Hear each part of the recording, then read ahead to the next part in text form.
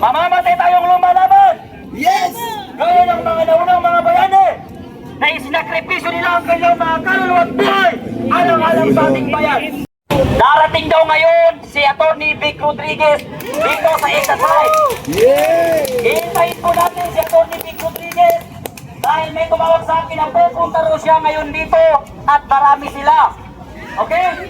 So ang rally po natin dito every 4 PM po meron tayong gagawing rally dito, pero hindi lang tayo magtatapos sa rally. Pag hindi bumaba sa posisyon ang mga politikong walang kwenta, mapipilitan tayo pag hindi natin sila nakuha sa santong dasalan. Kukunin natin sila sa santong paspasan hanggang mamatay tayo mga Pilipino. Yes! Mamamatay natin mga Pilipino. Mamamatay tayong lumalaban! Mamamatay tayong lumalaban. Yes! Gaya ng mga naunang mga bayani na isinakripisyo nila ang kanilang mga kaluluwa at buhay alang-alang sa ating bayan. At tutularan din natin ang mga naunang mga bayani na isinakalan nila ang kanilang buhay para sa ating bansa. Mga kababayan ko Pilipino, magsilabasan na kayo sa bahay. Matagal pa po naka-schedule ang September 13. Napakaraming Pilipino na nagsishare post at nagpo-post at nagpo-comment na kita-kits dito sa Lunes, dito sa It's Right. Ngunit ngayon na nandito na ang September 13 na kung saan araw ng pagtitipon-tipon ng Pilipino, bakit hindi kayo nagsilabasan? Bakit hindi kayo nagsilabasan? Hanggang comment na lang ba kayo? Hanggang share na lang ba kayo mga Pilipino?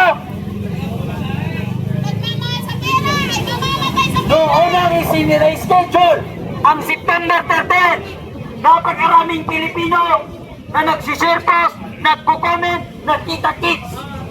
Bakit kayong September 13 na? Wala ni isa sa inyong mga lumabas. Kayo ba ay nanunuan? Kayo ba ay walang mga prinsipyo? At hindi na may paglalaban ang inyong mga karapatan? Hintayin natin dumating si Atty. Vic Rodriguez dito sa It's Right. Tandaan po natin na ang rally natin sa September 21 po sa Luneta po gaganapin. Sa Luneta po gaganapin. Tayo po ay pupunta ng alas 8 pero ang maisog rally naman po ay pupunta sila doon ng 2 PM po sila darating. Pero ang ibang mga grupo ay darating ng alas 7, alas 9 pero si Atty. Vic Rodriguez ay darating sila doon pati si Janet Singson sa September 21 dahil sila po ang nag-organize ng rally na gaganapin sa Luneta Park po. So meron pong konting mensahe ang ating kaibigan at kapatid. Tulog ka lang po.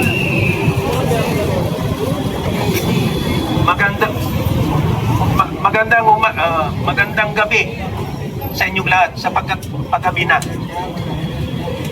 Ang nangyayari sa atin is history. History repeats itself. Why history repeats itself? Tingnan natin, imuni-muni natin ang Biblia. Yung si Barabas na magnanakaw. Sinong nagpalaya sa kanya? Kapwa niya din si Poncio Pilato na magnanakaw. Ganyan din si Marcos yung sinasabi nila. Dinitain si Vizcaya, dinitain ang mga congressmen, dinitain mga senado.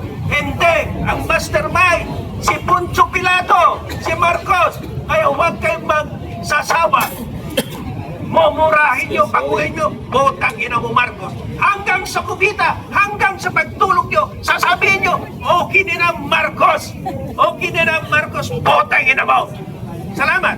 Napanaginipan ko siya hanggang nagising ako. Ito po ang ating magulang dito sa ating bansa, boses ng mga kababaihan, handa pong magsalita at maglabas ng hinahin at sama ng loob sa mga namumuna sa atin. Ito po siya.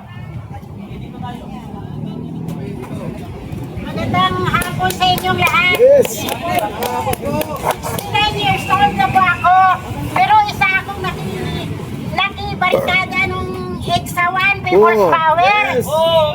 Hanggang EXA 2. Akala ko noon na napatalsik ang matandang Marcos ay bubuti ng kalagayan ng mamamayan. Yun pala'y na may agpag ang mga oligarko. Tapos nung EXA 2 na naman na pinatalsik si Erot, nandyan ako sa harap. Kasama pa rin ako doon. Batang-bata pa ako noon, pero may anak na ako na iniwanan ko sa bahay. Walang naging courage sa akin kung saan loob ko pumunta. Ito, nakita ko ito sa FB, ang panawagan ni Atty. Vic Rodriguez. Kaya pumunta kami dito ng pinsan ko. Ngayon, may 5 apo ako. Ang panganay ay 14 years old, ang isa ay magdadalawang taon. Sana itong pulong-pulong natin ay tuloy-tuloy na ito na mapatalsik natin itong Marcos na Junior. At sana hindi na ito madapdan ng mga apo ko. Kasi kawawa talaga sila. Ngayon, ang panalangin ko lang na hindi sana tayo magaya sa mga realista ng Nepal at ng Indonesia. Yun lang po. Gayahin Huwag natin ko yan. kayong timing lang sa mga bahay nyo. Magsali kayo sa mga pulong-pulong na ito, sa mga rally na ito. Salamat. Ayun, maraming salamat sa iyo. Sino ba ang gustong magsalita?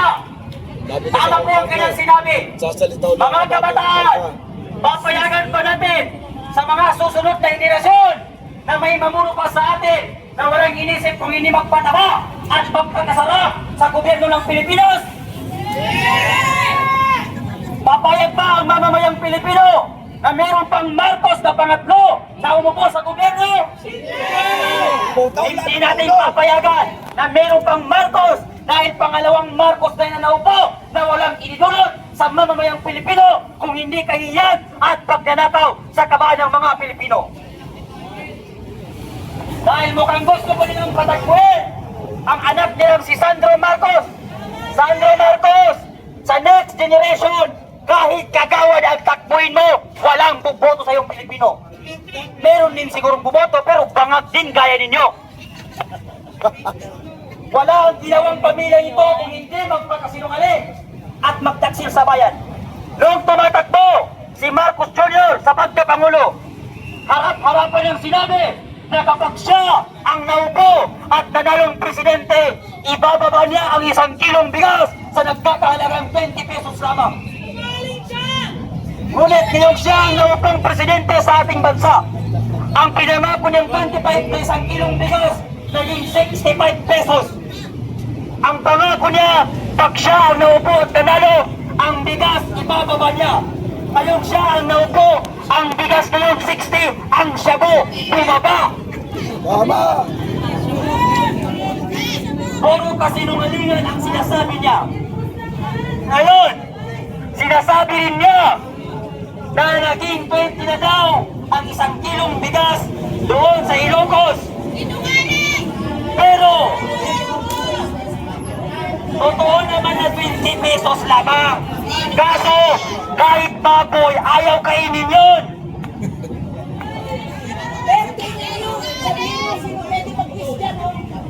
Ngayon, Ferdinand Marcos, ang wish ng Pilipino sa iyo dahil birthday mo ngayon, sana hindi na humaba ang buhay mo. Ma-overdose sa cocaine.